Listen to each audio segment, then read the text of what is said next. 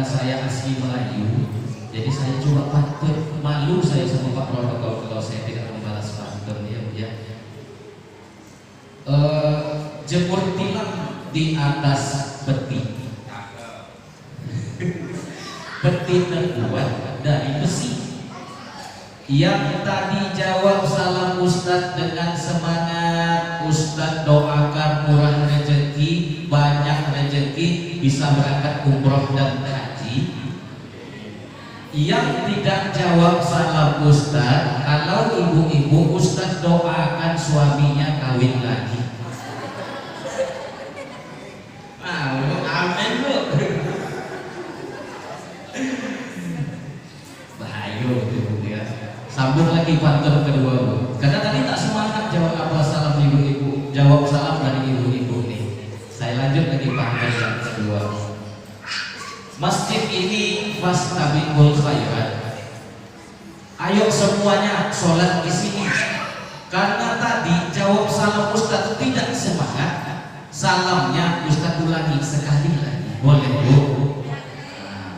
Assalamualaikum warahmatullahi wabarakatuh. Waalaikumsalam warahmatullahi wabarakatuh. Takut suami kawin lagi bu ya. Jawab buat. Alhamdulillah.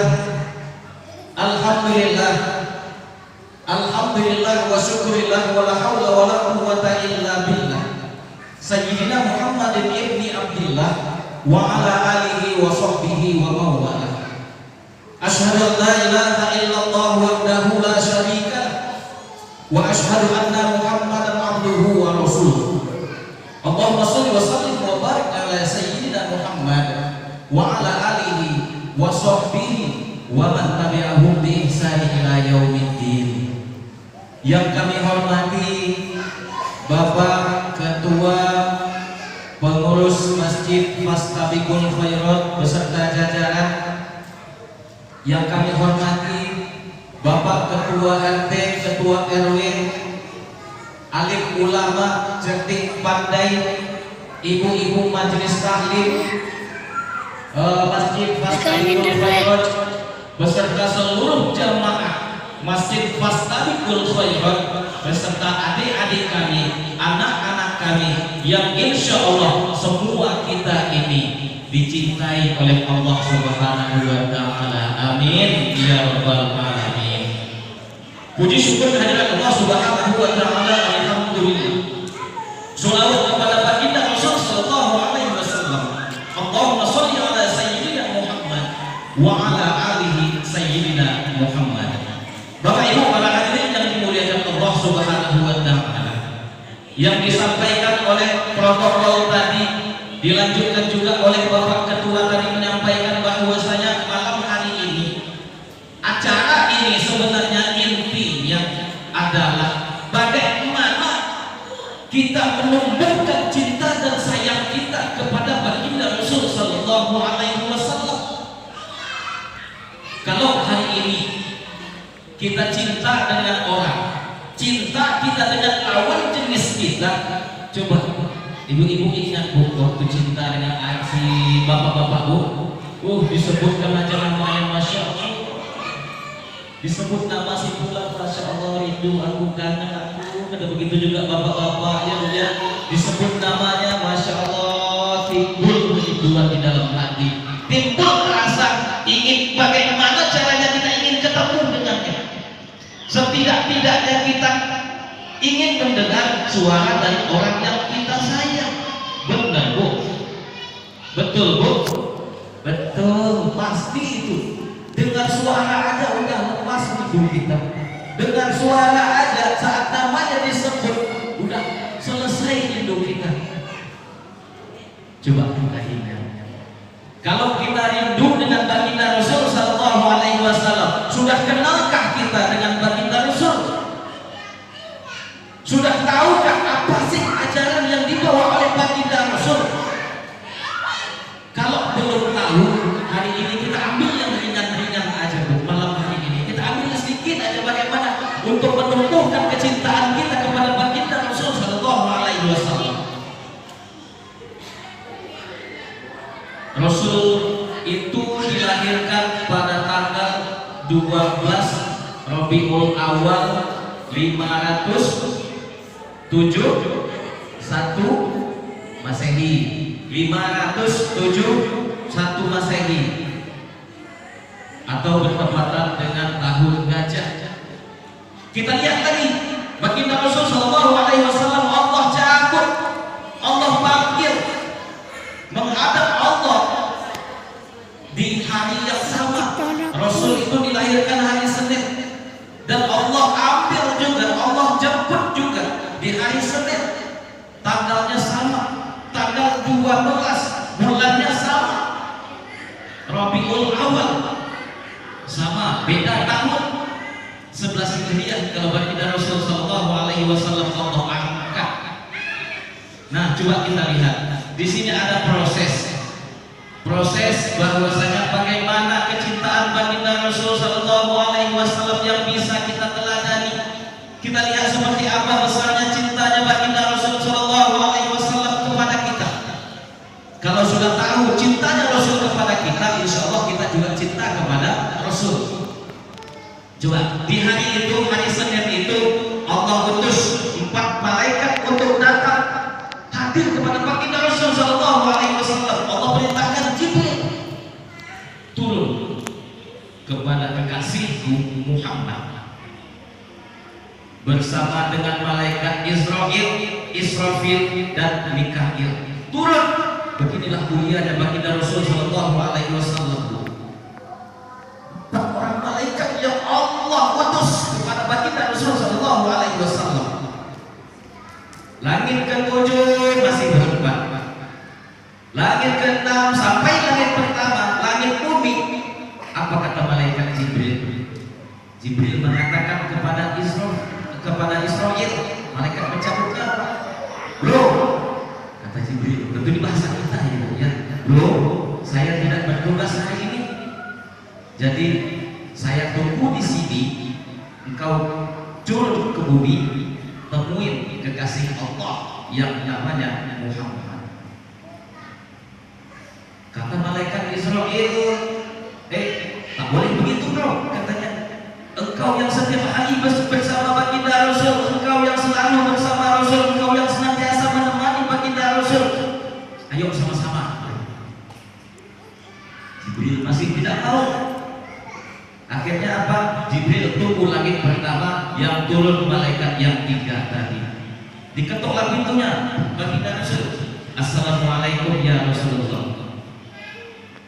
Dibukalah pintu oleh anandanya Fatimah.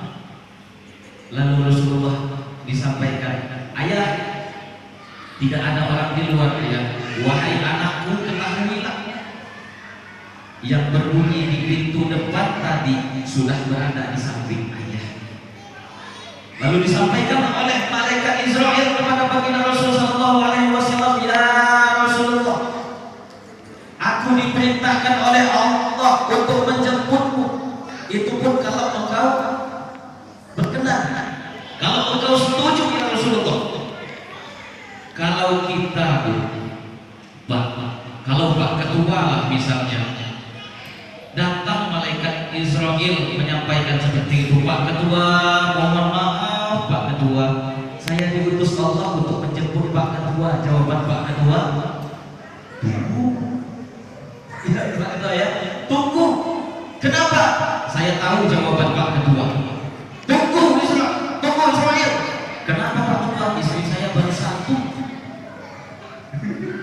Istri saya baru 1. Tunggu dah 4 besok, barulah. Nah, ini kita. Namun bagaimana baginda Rasul sallallahu alaihi wasallam? Rasul sampaikan, "Ya Israil, sesungguhnya begitu banyak rasul-rasul sebelumku, ketika selesai menyampaikan risalahnya, mereka menghadap Allah Subhanahu wa taala, begitu juga diriku. Untuk itu aku ikhlas. Silahkan kau kerjakan tugasmu," kata baginda Rasulullah.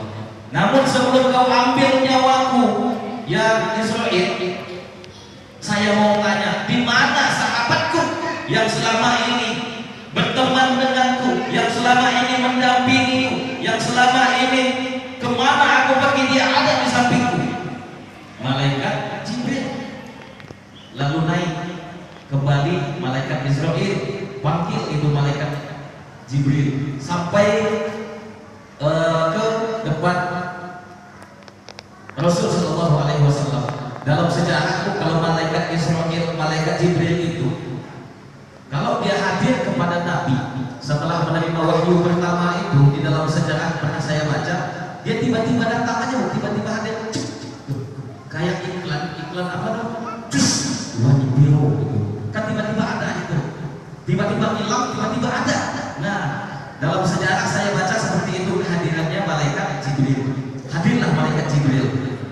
Singkat cerita, Rasulullah bertanya, ya Jibril, hari ini adalah hari terakhir aku hidup di muka bumi Allah. Tolong sampaikan kepadaku berita gembira dari Allah untukku.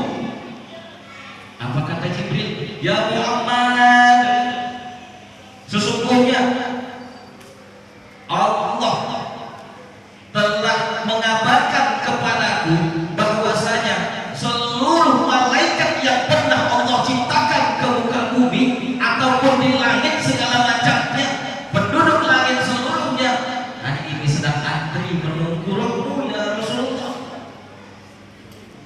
Antri menunggu rohnya Rasulullah.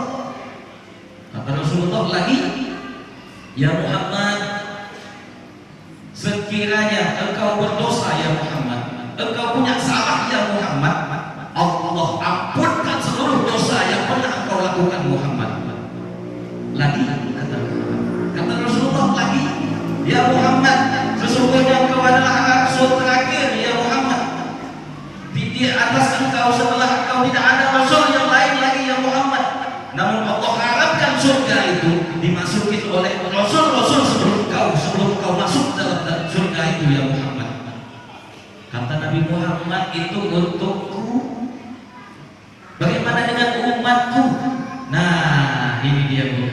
Kita masuk ke pokok bahasa. Kita bagaimana umatku? Kita baginda Rasul Sallallahu Alaihi Wasallam.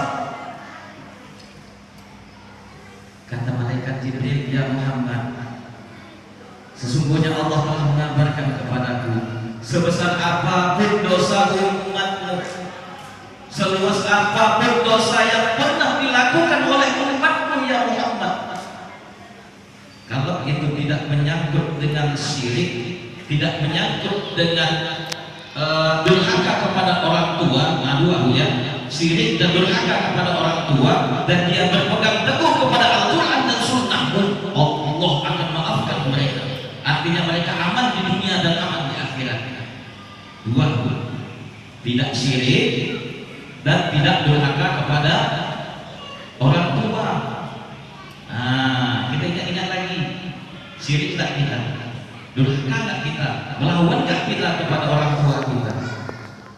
Kalaulah hari ini ada di antara kita yang suka melawan, disuruh beli yang lain, dibeli yang lain pula, hati-hati, membangkang lagi ya, dipanggil lagi anak oleh ibunya, Siti, tolong kau belikan belacan di kedai sebelah.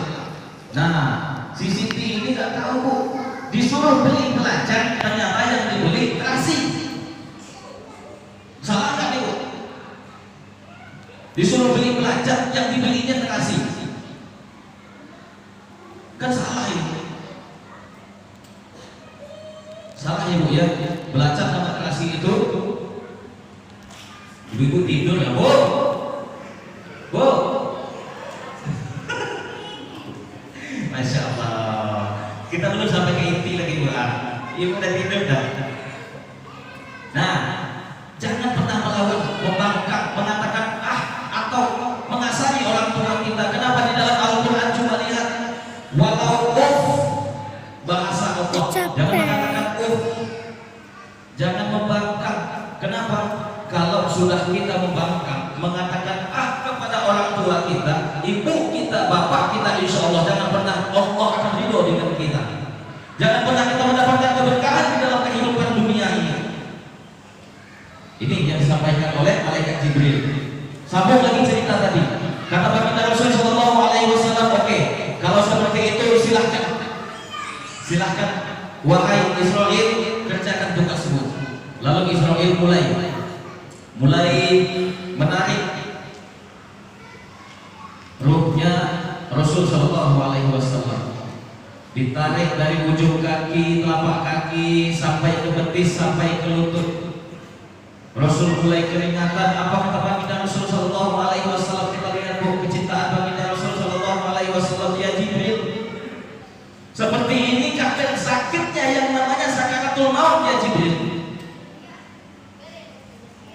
Dalam keadaan sakit Rasul berdoa kepada Allah Bangku. Apa kata Rasulullah? Ya Allah, sekiranya seperti ini sakitnya sakaratul maut ya Allah, aku mohon ya Allah timpakan kepadaku seluruh sakitnya sakaratul maut untuk umatku, jatuhkan kepadaku.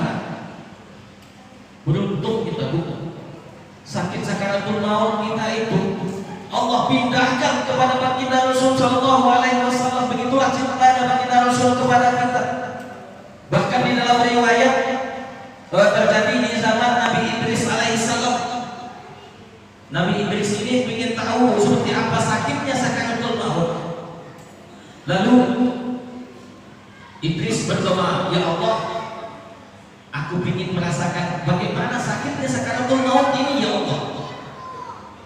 Allah perintahkan Israel cabut nyawa Idris, nanti setelah itu kita hidupkan kembali. Nabi Idris menyampaikan ternyata sakitnya sakaratul maut itu lebih dari 1000 kali manusia atau hewan dan lain sebagainya dikuliti hidup. Sakitnya itu lebih dari 1000 kali. Ini informasi yang disampaikan oleh Nabi Idris alaihissalam. Nah, beruntung kita, rasa sakit itu udah diambil oleh baginda Rasul Shallallahu Alaihi Wasallam. Jadi kalau hari ini tidak ada kecintaan kita kepada Rasulullah, rugi kita kelak, rugi kita saat di yaumil qiyamah, rugi kita saat di alam kubur. Lalu apa kata baginda Rasul Shallallahu Alaihi Wasallam saat nyawanya, saat rohnya sudah sampai ke tenggorokan? Apa yang disampaikan oleh baginda Rasul Shallallahu Alaihi Wasallam? Aqimis sholat, jangan tinggalkan sholat, kata baginda Rasul. 3 pesan ini yang Rasulullah sampaikan, jangan tinggalkan sholat. Ini yang pertama, jangan tinggalkan sholat. Ibu-ibu tadi sana sholat dulu bu? Udah bu? Yang menjawab udah baru 4 orang. Yang lain bu? Udah Ustaz, alhamdulillah. Kalau belum jangan tinggalkan sholat bu. Kenapa? Sholat ini adalah tiangnya agama. Saya sering sekali menyampaikan terutama kepada ibu-ibu majelis taklim saya. Kenapa ibu-ibu ini Pak sering sekali meninggalkan sholat? Kapan? Yang pertama saat kondangan. Ini kalau wilayah sana, wilayah tuh di ujung sana. Kalau wilayah sini mungkin saya rasa tidak ya Bu ya. Wilayah sini mungkin tidak salah lagi. Nah, kapan meninggalkan sholat? Saat kondangan. Kenapa? Karena di sini udah biru, di sini udah abu-abu, di sini udah pink, di sini udah coklat. Nah, dalam keadaan kayak ketabrak tembok, mukanya semua ditempel-tempel dengan pedang. Akhirnya apa? Saat waktu zuhur, azan berkumandang di masjid untuk sholat lagi. Nanti itu bedak-bedak habis, kena wudhu. Ibu ya, akhirnya udahlah, nanti ajalah jamak di asar kecapean. Akhirnya tinggal. Inilah dia realita dalam kehidupan kita. Di mana sholat yang sebenarnya? Di mana sholat yang sebenarnya yang diajarkan oleh baginda Rasul Shallallahu Alaihi Wasallam? Sholat itu yang lebih baik, yang memiliki 27 keutamaan itu di masjid. Ya Bu ya, sholat itu di masjid. Kalau zaman baginda Rasul Shallallahu Alaihi Wasallam, sholat itu di rumah. Memang sholat itu di rumah. Untuk perempuan sholatnya di rumah. Kenapa? Karena zaman itu laki-lakinya seksnya itu jangan tinggi. Melihat perempuan matanya bulan Melihat perempuan matanya itu udah tak karuan lagi. Jadi kalau sekarang ini kan aman bu, kenapa kita tinggalkan masjid kita? Apalagi tadi saya dapat informasi dari ketua tadi, kata jamaah kita juga di sini banyak sekali perumahan di sini. Harusnya masjid kita yang indah, masjid kita ini yang bagus, masjid kita ini tinggal merawat, tinggal mengimarahkan lagi masjid. Sekarang gimana Pak jamaah kita? Apakah sibuk dengan gadget kita, dengan handphone kita, sibuk dengan internet kita, sibuk dengan laptop atau televisi kita? Inilah dia. Kalaulah kita pikirkan kehidupan kita ini akan panjang, itu yang akan terjadi. Apa dia? Masjid ditinggalkan. Apalagi kalau seandainya masjid ini tidak adanya majelis taklim, suasana akan sunyi. Majelis taklim itu adalah inti dari kehidupan masjid itu sendiri. Majelis taklim itu adalah intisari dari kehidupan masjid itu sendiri. Jadi kalau seandainya masjid ini tidak ada majelis taklim, insya Allah masjid yang indah akan sudah. Tapi saya rasa mudah-mudahan di sini ada majelis taklimnya ya bu ya. Insya Allah ada bu ya. Ada bu? Ada ya. Kalau ada insya Allah alhamdulillah. Tapi kalau tidak ada tolong dibentuk. Tolong dibentuk. Tidak ada guna masjid kita yang indah. Tidak ada guna azan kita di sana sini sampai dengan lu simpang apa namanya? Simpang Pasir Putih sana azan kita di sini saking bagusnya mic kita. Tetapi majelis taklimnya tidak ada, jamaahnya sedikit. Tidak berguna bu. Lebih bagus azannya terdengar seputaran sini, tetapi masjid ini hidup, masjid ini bercahaya, masjid ini selalu ramai dengan bacaan Al-Quran, dengan majelis taklim, dengan majelis ilmu. Intinya adalah majelis taklim. Jadi kalau tidak ada tolong hidupkan. Ya bu ya. Ini dia pesan dari baginda Rasul Shallallahu Alaihi Wasallam. Aqimus sholat yang pertama. Yang kedua, apa pesan dari baginda Rasul Shallallahu Alaihi Wasallam? Jagalah perempuan di antaramu. Nyawa sudah sampai di tenggorokan dari baginda Rasulullah. Peliharalah perempuan di sekitarmu. Peliharalah wanita-wanita di antaramu. Nah ini dia. Jadi kalau misalnya kita bicara perempuan, ini kita akan bicara dengan bapak-bapak. Kalau bicara dengan bapak-bapak yang ada di sini, saya yakin dan percaya bapak-bapak di sini pasti sudah menjaga ibu-ibu. Benar bu? Insya Allah bu ya. Insya Allah. Tapi harus ada timbal baliknya. Bu, ibu sebagai istri, kalau seandainya kita taat kepada Allah, sholat wajib 5 waktu tidak pernah kita tinggalkan, tepat waktu kita kerjakan. Umroh haji setiap tahun kita buat. Puasa sunat Senin Kamis dan lain sebagainya tidak pernah kita tinggalkan. Zikir selalu membasahi lisan kita. Qiyamul lail ada terus, qiraatul Quran terus di lisan kita. Tapi ibu-ibu durhaka kepada suami, insya Allah semua amalan yang dikerjakan tadi tidak ada gunanya. Tidak ada guna bu. Kenapa berat sekali tanggung jawab kami selaku suami bu? Kami pikir semua bu masalah yang ibu tanggung. Kalau seandainya ibu berdosa, kami yang pertama sekali ditanyai oleh Allah. Kapan mulainya dosa? Mulai pindahnya itu bu saat balik ibu pikul sendiri. Setelah balik sampai menikah, ketika ijab kabul diucapkan, aku terima, kata bapakku waktu ijab kabul, aku terima nikahnya Siano binti Siano dengan mas kawin sebentuk cincin dan 1 buah Al-Quran yang tak pernah dibaca sampai mati tunai.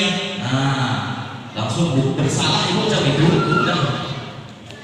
Aduh dulu. Kita nakut. Mas kawin Al-Quran yang tak pernah dibaca tuh.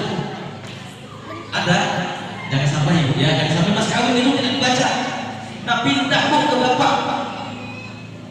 Jadi saya sangat-sangat menyayangkan sekali kalau ada istri yang durhaka kepada suaminya, yang membangkang kepada suaminya, yang selalu menyakiti hati suaminya. Kadang-kadang mentang-mentang dia ekonominya lebih bagus, mentang-mentang pekerjaannya itu lebih bagus dari suaminya, gajinya lebih besar dari suaminya.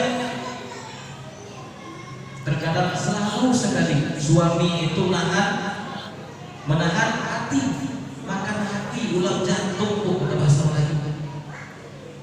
Nah, ini demi Allah, demi Allah saya sampaikan bahwasanya kalau ini terjadi, jangan harap Allah akan ridho ibu-ibu. Jangan harap rumah tangga kita akan bahagia.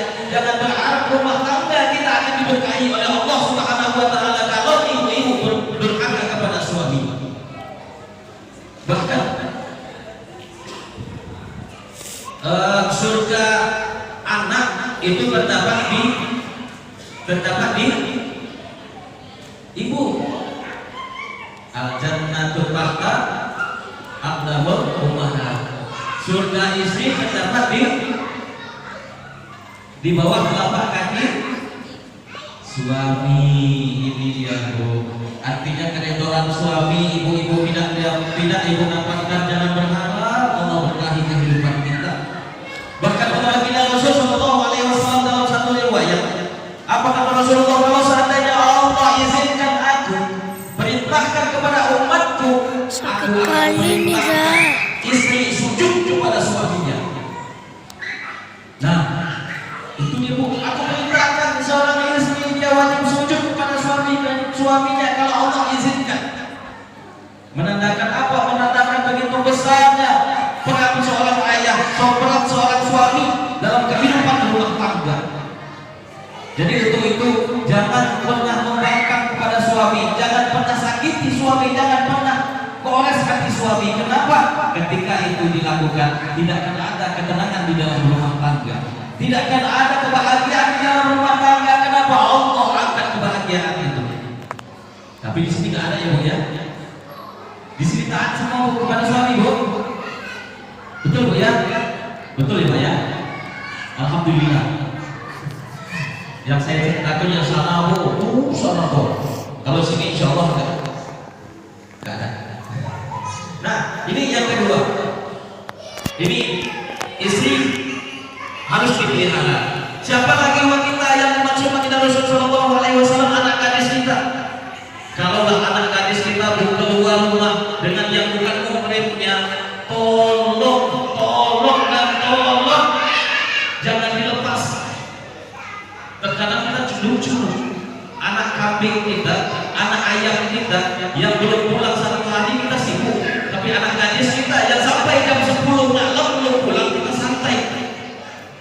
Nah, ini tradisi ini tolong dirubah, kebiasaan ini tolong dirubah. Terkadang satu lagi saya tekankan, anak gadis kita, ajarkanlah mereka berhijab, ajarkanlah mereka itu menutup aurat mereka. Kenapa? Kalau anak gadis kita membuka aurat, siapa yang pertama sekali disiksa? Ada beberapa manusia laki-laki yang akan Allah berikan siksa, Allah jatuhkan siksanya terhadap suami itu, terhadap laki-laki itu, dikarenakan seorang wanita membuka aurat. Kalau posisinya anak, yang pertama sekali disiksa itu adalah bapak kandungnya. Yang kedua siapa dia? Abang kandungnya. Yang ketiga siapa? Adik laki-laki kandungnya. Kalau dia sudah menikah, siapa lagi tambahannya? Suaminya. Mulai dari sekarang, tutup aurat, jangan pernah keluar keluyuran kemana-mana aurat dibuka. Terkadang hari ini kami sangat-sangat sedih melihat kondisi dunia saat ini. Ketemu di lampu merah, ketemu di jalan besar sana, pakai masker, main lagi, hidung tertutup, mulut tertutup, wow, namo. Paha terbuka, dada terbuka, masya Allah. Nah, dia takut dengan corona daripada dengan Allah. Jangan sampai anak kita seperti itu ya. Ayo kita didik anak wanita kita, anak gadis kita, jangan sampai bergaya seperti itu. Mudah-mudahan yang di sini tidak ada ya, Bu ya. Amin ya rabbal alamin. Nah, apa pesan dari Baginda Rasul sallallahu alaihi wasallam yang ketiga? Yang ketiga itu kata Rasulullah, ummati, ummati, ummati, umatku, umatku, umatku. Kata baginda Rasul Sallallahu Alaihi Wasallam. Yang ditanyanya bukan istriku, bukan ayahku, bukan anakku, tetapi kita, kita, ummati, ummati, ummati, umatku. Bagaimana kondisi kalian besok tanpa hadirnya aku? Ini yang dirisaukan oleh baginda Rasul Sallallahu Alaihi Wasallam. Kenapa? Karena cintanya beliau kepada kita. Lalu bagaimana kita mendapatkan kecintaan baginda Rasul Sallallahu Alaihi Wasallam? Bagaimana caranya? Ada beberapa kiat sedikit. Ada beberapa kiat supaya kita mendapat cintanya baginda Rasul Sallallahu Alaihi Wasallam. Yang pertama, ya, yang pertama supaya kita mendapatkan cintanya baginda Rasul Sallallahu Alaihi Wasallam, selalulah bersolawat kepada baginda Rasul. Di suatu ketika saat baginda Rasul Sallallahu Alaihi Wasallam sedang duduk dengan malaikat Jibril. Ini saya baca suatu kisah bahwasanya baginda Rasul melihat ada malaikat yang memiliki jari lebih dari 1 juta. Lewat di depan baginda Rasul Sallallahu Alaihi Wasallam, lebih jarinya itu lebih dari 1 juta. Banyak bu. Kali ini ibu berapa jarinya bu? 10. Bapak 10. Tapi cacat ya. Jari-jari kita 20. Kaki 10, tangan 10 gitu ya. Kalau 10 berarti hilang 10. Nah ini 1 juta. Malaikat yang lewat tadi lebih dari 1 juta. Lalu Rasulullah bertanya kepada Jibril, ya Jibril, itu malaikat apa tuh? Banyak sekali jari-jari Jibril. Kata Jibril, ya Rasulullah, itu adalah malaikat yang Allah tugaskan untuk menghitung air hujan. Air hujan itu banyak, setiap tetesnya tidak pernah lepas dari malaikat itu, semuanya dihitung. Lalu kata baginda Rasulullah, ya malaikat, apakah benar engkau bisa menghitung air hujan? Benar ya Rasulullah. Di mana pun jatuhnya bisa kuhitung. Di laut kuhitung, di bumi kuhitung, di bukit kuhitung, di gunung kuhitung, di pohon kuhitung. Namun ada ya Muhammad, satu amalan umatmu. Ah ini dia bu ya. Namun ada satu amalan umatmu yang tidak bisa kuhitung ya Rasulullah. Begitu banyaknya Allah curahkan kenikmatan buat mereka, Allah timpakan rezeki buat mereka, Allah jatuhkan ridhonya buat mereka, sampai-sampai lepas dari hitunganku ya Rasulullah.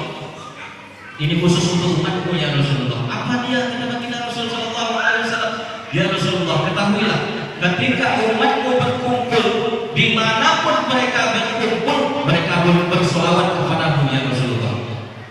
Nah ini dia bu. Ketika kita berkumpul bersolawat kita kepada baginda Rasul, Allah turunkan keberkahan buat kita. Mau bu Allah turunkan keberkahan buat kita?